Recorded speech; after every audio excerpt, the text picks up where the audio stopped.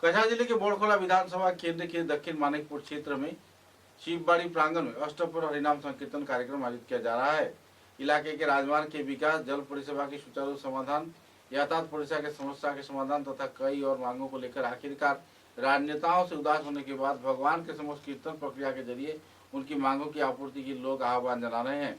गौरतलब है कि सरकार, प्रशासन, नेता, मंत्रियों से उनका आत्मविश्वास पूरी तरह गायब हो चुका है। आखिरकार भगवान के सहारे आवासीय क्षेत्र के लोग जी रहे हैं और तो और अष्टप्रहर कीर्तन के जरिए राजमार्ग के संस्कार तथा पेयजल पानी की समस्या व दूसरे कई समस्याओं के समाधान के लिए लोग इन दिनों भजन कीर्तन में जुट रहे हैं। गौरतलब है कि हर साल की तरह इस साल भी वार्षिक इस महोत्सव को लेकर भक्त प्राण लोगों में खुशी की माहौल देखने को मिली और तो और प्रमुख अतिथि के रूप में मौजूद संत ने सभी तरह के लोगों को सनातन धर्म के सहयोग से जुड़े हर एक ग्रंथ को पढ़ाई किए जाने के साथ साथ अभिभावकों को बच्चों को सनातन धर्म के प्रति आकृष्ट किए जाने के लिए हर प्रकार की कदम उठाए जाने का सुझाव दिया।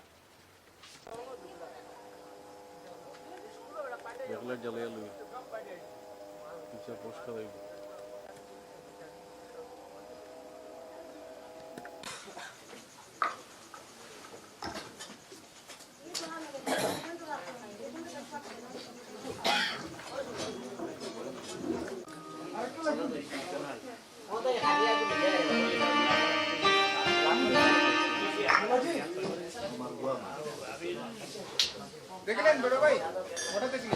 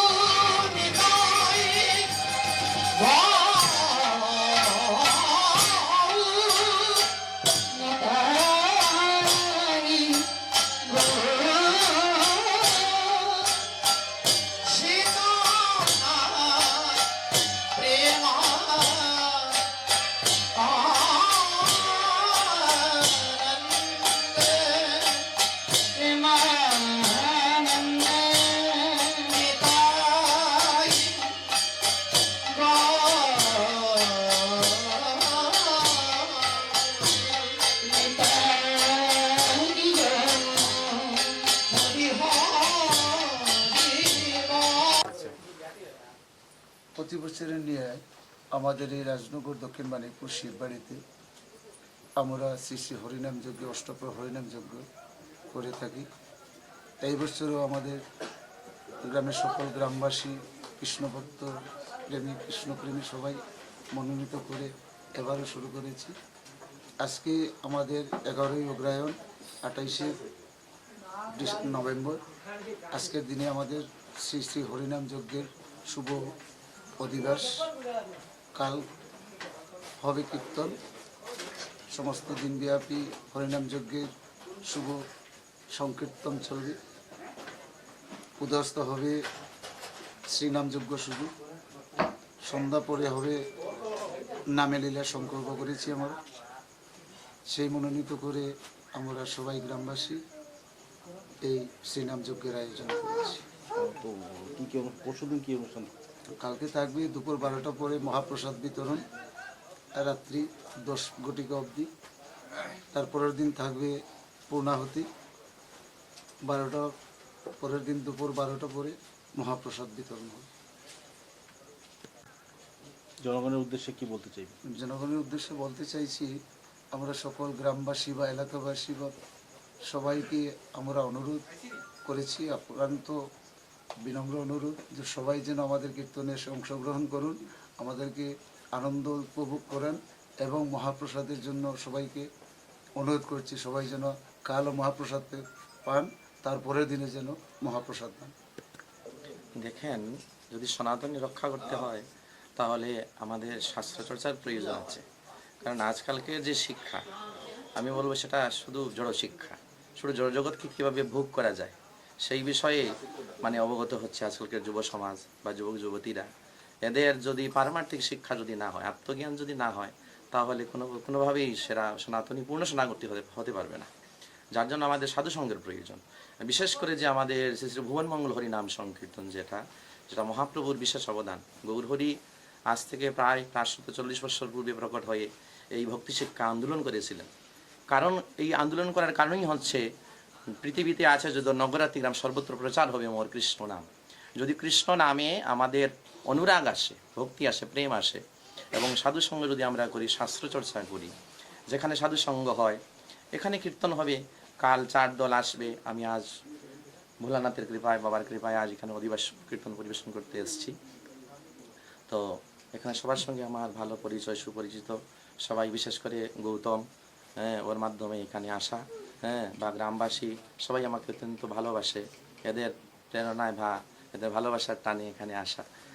আমরাও চেষ্টা রাখি যাতে হরিনাম সংকীর্তনের আসরে দাঁড়িয়ে 2টা কথা বলে, 1000 কথার মধ্যে একটা কথার মাধ্যমে যদি একজনকে ভক্তিপথে নিয়ে আসা হয়। দেখুন, পূর্ণ বিদ্যা যতই উচ্চ শিক্ষা হোক না কেন, আসল বিদ্যা হচ্ছে কৃষ্ণ ভক্তি। প্রভু কহে বিদ্যা মধ্যে কোন বিদ্যা সার, রায় কহে কৃষ্ণ ভক্তি বিনা বিদ্যা নাহি আর। মানুষ যখন ধর্মপথে অবগত হয় এবং ধর্মের সঙ্গে তার টাচ হয়, অটোমেটিকলি সে সুন্দর হয়ে উঠবে। যতই তার জীবনে বাধা আসুক, বা রাজনীতি, আপনি যেটা বললেন পলিটিক্স, রাজনীতি বা রাজনীতির জন্য মানুষ ধর্মপথ থেকে ভ্রষ্ট হয়ে যাচ্ছে, দূরে চলে যাচ্ছে। যদি সম্পূর্ণভাবে প্রকৃত কৃষ্ণপ্রেম যদি কেউ লাভ করতে পারে, রাজনীতি কি, মহারাজনীতিও তাকে কিছুই করতে পারবে না, সে ধর্মপথেই যদি থাকে। তো আমার অনুরোধ যে যারা দেখছেন সবাইকে আমার কাছে আমার বিনম্র অনুরোধ, সবাই ধর্মপথে যুক্ত হন এবং হরিনাম করেন। কলির সাধন হচ্ছে হরিনাম, কলির ভজন হচ্ছে হরিনাম। যার জন্য মহাপ্রভু বলেছেন হরের নাম হরে নামই কেবলম, কলৌ নাস্তিব্য নাস্তিব্য নাস্তিব্য গতির অন্যথা। তো যেখানে শাস্ত্রচর্চা হয়, বিশেষ করে গীতা হয়, শ্রীমদ্ ভাগবত মহাপুরাণ হয়, শাস্ত্রচর্চা যেখানে, সেখানে আমাদের যাওয়া অত্যন্ত প্রয়োজন। কারণ শাস্ত্র আমাদের যে যা দিতে পারবে, অন্য শিক্ষা, অন্য বিশ্ববিদ্যালয়, এমনকি ইউনিভার্সিটি, বিশ্ববিদ্যালয় তা আমাদের প্রদান করতে পারবে না। যার জন্য আমাদের সাধুসঙ্গ এবং শাস্ত্রচর্চার অত্যন্ত প্রয়োজন, যদি আমাদের পূর্ণ সনাতনী হতে হয়। এখানেই আমার বক্তব্য রাখলাম। আর আপনাদেরও আমার তরফ থেকে এবং আমাদের এই কমিটির তরফ থেকে বিশেষভাবে আমন্ত্রণ। আপনারাও কাল আসবেন, এসে এখানে মহাপ্রসাদ গ্রহণ করবেন এবং আমাদের ভিডিওটা শেয়ার করে দিবেন, যাতে সবাই আমাদের আমাদের ভালো নাম কি, আমাদের গুরু প্রদত্ত নাম শ্রীমদ গৌরবিন্দ দাস বাবাজি মহারাজ।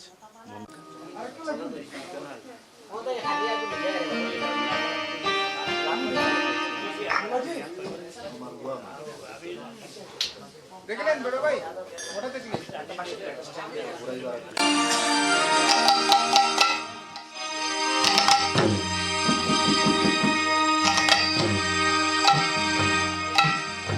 শ্রী